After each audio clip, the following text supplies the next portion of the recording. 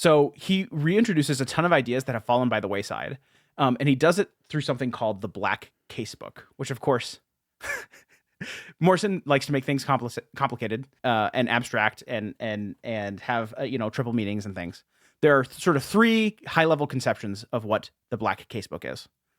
Okay, so in Grant Morrison's first issue of Batman 655, there's the in current continuity Black Casebook, which the idea is that it's a book full of unsolved mysteries. Oh, it's the X-Files. It's Batman's X-Files. It's like all the stuff he never was able to figure out. He can't explain it, right? That's his Black Casebook, okay?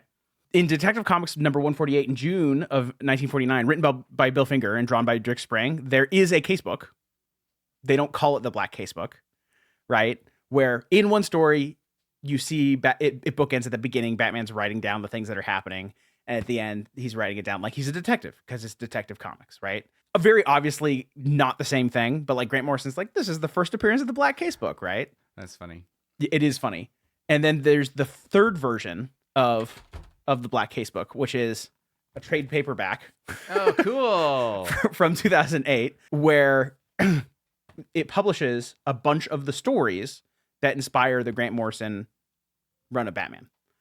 And there's a lot of these deep cuts where there's not a steady drumbeat. So like Ace the Bat Hound, there's stories throughout. We're going to do an episode on Batmite soon, right? There are Batmite stories every few years. Every writer has a soft spot in the heart for this crazy, silly thing from the Silver Age that they love to write back to.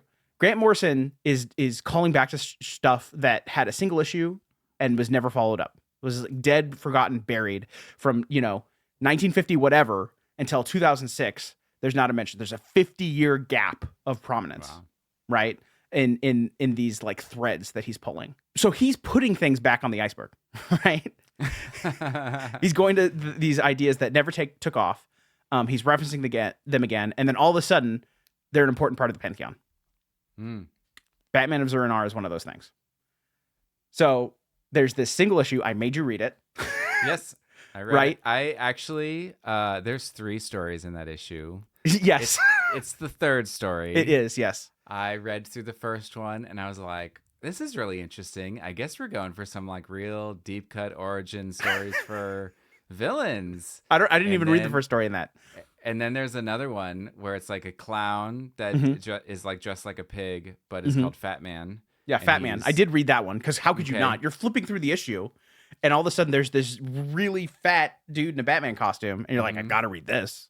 Oh yeah, for sure. That's not what he's covering. So I finished that one, and I was like, which one did Alex want me to read? And then I went and I looked back, and you referenced one that I did not read. So I kept turning the pages, and I found it, and I read it. So yeah, I read 3 today.